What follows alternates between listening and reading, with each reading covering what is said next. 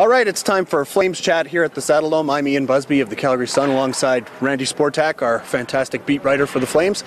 Coming off a 3-2 or 4-3 victory over the Edmonton Oilers on Saturday night, the Flames get 3 days of practice before they play their next game. Randy, what were they doing right against the Oilers that they weren't doing in the first 3 games when they went 0-2-1 to start the season? First off, they played the whole game.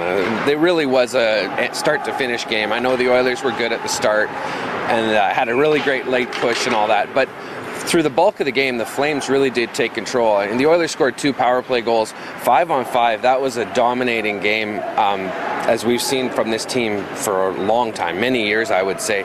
And that's what this team really needs to do. They need to push the pace. They need to make teams back up in their own zone. They played the game that they've been trying to build towards. It's still not going to be there, obviously, a couple of weeks into the season, but that was a really big first step towards the system and the style that this coaching staff wants them to play. 4 games in, this team's got a 4-day break, which is, I think, their longest of the year. What are they going to work on for the next few days before they face the Avalanche on Thursday and then play the hot Chicago Blackhawks on Saturday? I think a lot of it is going to be just playing at pace, playing at a high tempo. They really believe that this team's best chance is to not quite run and gun, but to be a real pressure team, to force defenses, to make defensemen on the other teams make mistakes, to push pucks towards the net and get a lot of action going forward. And you see it. Jerome McGinley hasn't got a goal yet, but you've seen him more engaged. You saw Jay Bouwmeester. He was more engaged, pushing up the play.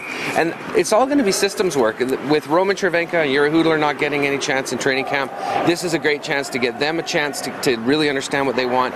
And let's face it, it's still the start of the season. It's conditioning. They just got to make conditioning part of the learning experience of the system. Well, Jay Bouwmeester probably had his best game as a Flame on Saturday night against the Oilers.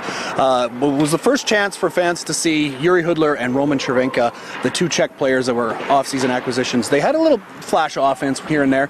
Are these guys going to be together all year, and can we expect a bit more of them?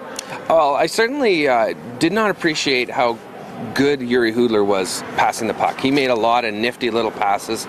But we know what he is. He's going to probably be a pro-rated 20 to 25 goal scorer, pro-rated 45, 50-point guy. That we know.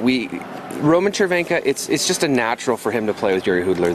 Cervenka's English is very limited, so why not play him with a guy that they can talk and he can help explain things. Cervenka was actually better than I was expecting. You can still see he's not in game shape. I don't even know if he's in really great shape because he was so limited what he could do for a month and a half. But he won face-offs. He's a big body in the sense of he's a solid guy on his feet, and he does have a wicked shot. Now, Aleš Kotelik was all of those things, and we saw how much of a bust that was. Cervenka, I do see more of a skater, a guy that will push the play, and give it time. I'm not ready to say that he's going to be a great player, and I'm not ready to say he's going to be Jiri Depita. We got to give it time, but the first taste was pretty good. All right, for Randy Sportak, I'm Ian Busby. That's it from the Saddle Dome. We'll catch you next time.